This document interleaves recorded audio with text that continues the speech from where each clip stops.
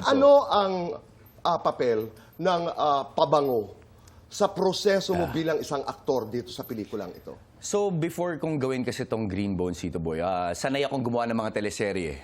Naglolong One, Black Rider. So, nung ginagawa ko siya, gusto kong ibahin yung magiging atake ko dito sa Green Bones because it's cinema, it's film. So, malaki po yung difference nung dalawa. Dahil usually, pag sa TV, pag sinabing direct, dito sa part na to, dapat umiyak ka na.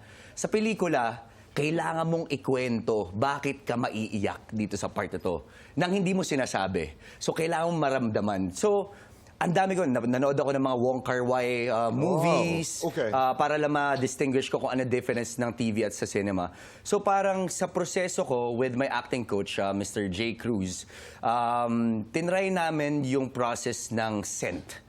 Pagka yun yung gamit kong pabango, ang bilis ko makapasok sa karakter ni Javier Gonzaga.